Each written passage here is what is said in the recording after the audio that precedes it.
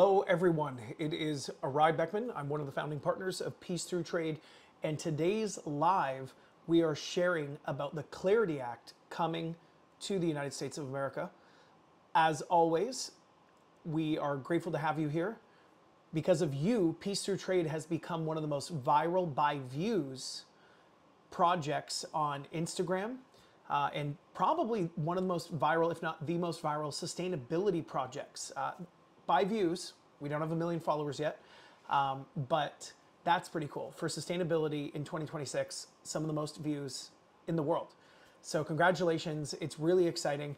It's pretty cool to see some of the people that and accounts that are following us. Recently, a billionaire that had a massive exit also, we found out, was following Peace Through Trade. So there are people out there that care about the planet, care about humanity, have the resources to do something about it, and they're following Peace Through Trade just like you. So without further ado, I'm going to get into screen sharing some clips I've got pulled up for y'all here on the Clarity Act. Now, I'm going to see if I can make this a little bigger for you guys, because I know in the past it's not as easy to see it. So there you go. You should be able to see my screen here. This here was posted on X by Woo Blockchain. So Senate Republicans release updated Clarity Act text. Ethics rules spark bipartisan dispute. According to crypto journalist Eleanor Terrett, Senate Republicans released an updated Clarity Act text with the ethics package becoming the main point of dispute. The proposal would bar the president, vice president, members of Congress, federal judges, and other covered officials from issuing or sponsoring paid digital assets while in office, and require them to sell crypto holdings or place them in a blind trust. It would also give the Department of Justice civil enforcement authority over violations, a move opposed by Democrats, which is quite interesting. So basically, right now, it's legal for senators to buy or sell stocks. That's an interesting thing. I think that America might be the only world's government that allows duly elected public officials that are participating in things or presiding over things to invest in the companies that might very well be getting approvals, or they might think will succeed. It's interesting. Either way, this basically says in summary, if you're holding office, you can't be promoting any crypto project effectively. And if you happen to own any crypto, you've got to put it away in a way in which you can't touch it until you're out of office. So effectively preventing manipulation of elected officials in crypto. It's very interesting that this is happening. So that was an important measure that I wanted to share with you. So, and then Eleanor Terrett here, this crypto journalist, bullet pointed out a few of the points surrounding that. And then I want to head over here to Senator Cynthia Lummis. So this was her X post. She said, "History will remember this as the moment a president chose a higher standard of ethics than the law required of him. This agreement bans all federal officials, including the president, from issuing or sponsoring a digital asset for profit with real enforcement and real penalties." So that's very interesting. That's her perspective. I would imagine she's a Republican, but either way, it is very interesting that unlike public stocks and the public stock markets, which I just mentioned, senators or politicians who might be in the know more than you or I with what's happening for private industries through their role in the government, where right now they can legally participate in those stocks. So I'm sure you've seen it. There are entire influencers and entire social media channels. All they do are follow the stock trades of politicians. There's even an app that a friend of mine was showing me where he had a tracker of a particular politician's stock purchases, and it was a bot, and you would pay a small monthly subscription. You could throw money in there. There's no financial guarantees, obviously, but it would follow the exact trades of that politician.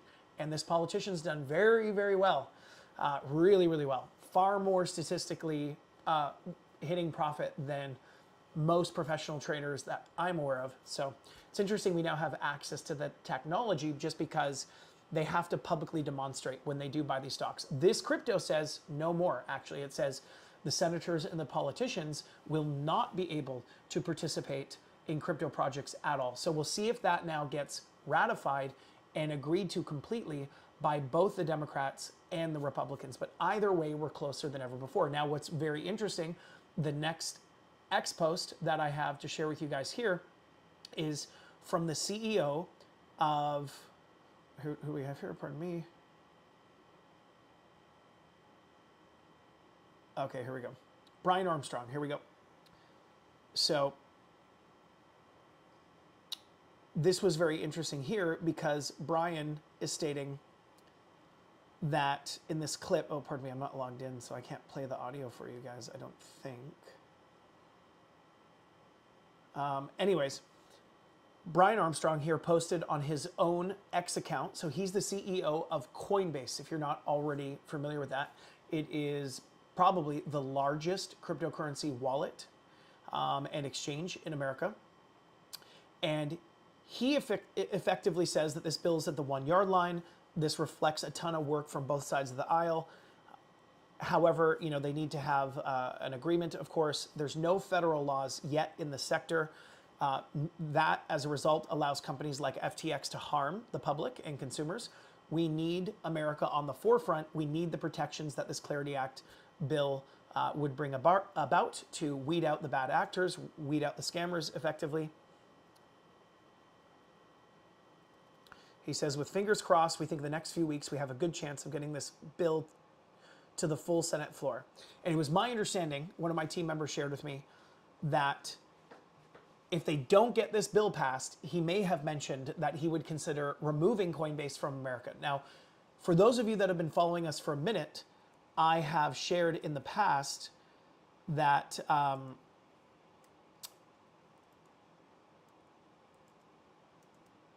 the digital asset and the U.S. digital leadership document that came out of Trump's White House, this current administration. It's an amazing document. It's a PDF from the White House that you can just Google and read yourself. It's very well written. It's probably the most easily read government document I've personally ever encountered. It's actually funny if you read it. And that basically said, from the White House, we intend on making America a global leader when it comes to Web3 and blockchain technology. We intend on supporting the laws needed for the industry to thrive in America. Now, when Brian says, you know, if this doesn't get passed, we plan on potentially taking Coinbase out of America, I think that that's, while in the same breath he's saying he thinks it's at the 1 yard line and it could very well be passed in the next few weeks, I don't think he's, I think he would be serious about taking Coinbase out of America, of course, if he doesn't have the legal laws and regulation to support it, because like we saw in the previous administration, there were serious consequences dealt out to groups that had been adhering to the laws given to them and following the directions by the SEC. The SEC was persecuting groups that literally followed each of the steps and directions the SEC had given them under the previous administration. Now, this administration, however, has said it's happening, we're doing it, we're in full support of it. So I don't think he is going to have to leave. But the point being is that unless he has this law passed, what he's doing with Coinbase is kind of illegal. Now, it's not necessarily illegal. I don't think he's going to go to prison or get any fines for it. But without the laws, it's not fully legal. Whereas those laws exist completely in places like Singapore, where Peace Through Trade, our project, we built everything according to those laws, in Canada, in Europe, Switzerland, etc. So it's about time America caught up. Everyone in the world of finance is waiting for this Clarity Act to pass. And if you've listened or watched any of my previous lives, if you're a part of the Peace Through Trade community, you've seen in my private update calls that I only share privately on Zoom with our peacemakers community throughout the world, I've shared exactly why the whole world is waiting for this Web3 blockchain industry to really actually only begin once the United States government passes the Clarity Act and there's a foundation of law. And the reason for that is that although there's been some great hype and there's interest and everyone is generally aware of the full potential that Web3 and blockchain have, until there's laws that support it in America, the largest funds, the world's largest companies, the largest publicly traded stocks attached to the world's largest companies can't actually get in fully to the industry because it's illegal. But once those laws passed in America, now we'll be able to have the world's largest companies, the largest publicly traded stocks, and the world's largest funds legally get in. And if it happens when the Clarity Act passes, and I've also mentioned privately that the Bitcoin price also probably needs to turn around, and they could be happening with very similar timing. I think I've mentioned in the past, no financial guarantees, no predictions, obviously. Do your own research. There's always a risk, but I've predicted in the past privately to our community, I think Bitcoin's price hits an absolute bottom in and around October 26th. And from then on, it's going to turn around. It's possible that low continues in sort of, as far as I can tell from my historical analysis, but what do I know, the end of January. However, once the Clarity Act passes and once Bitcoin's price turns around, and who knows, major funds being able to get in, the world's largest companies, the world's largest publicly traded stocks getting into the industry could help Bitcoin's price turn around. You never know if it doesn't just follow the exact chronological historic pattern that we've seen repeat multiple times. But with that law passing, the world's largest companies and world's largest funds finally being able to get into blockchain and Bitcoin's price turning around, you never know. I'm very hopeful, however, that we could see another .com-like boom take place in the legal, regulated crypto space, or Web3 and blockchain, as we like to call it. So that's what we've been waiting for here with Peace Through Trade. We're very excited to see this news. The Clarity Act is progressing. Brian Armstrong feels we're at the 1 yard line. He's a very informed, very successful leader in the space. Thanks for sharing, as you always do, Brian. And we at Peace Through Trade have been waiting for that. We're waiting for the Clarity Act to pass, Bitcoin's price to turn around. We're already ready to take our project public. If you follow the project, you'll know how things have been going. You'll know of the officialized government things we got going on. You'll know of the consumer solutions we already have that are working. And right now, many of you peacemakers are in there testing it out. We're in the testing phase, trying to see if there's anything we could break, having fun with things. But the things that we have on the consumer side and the government side, ready to fully announce to those of you in the public, we're very proud of. They're things we've already gotten done, things that are working, things that are ready to launch, and good work that has taken years to achieve. Some things are, I would think, a real blessing because they're very hard to get done no matter who you are.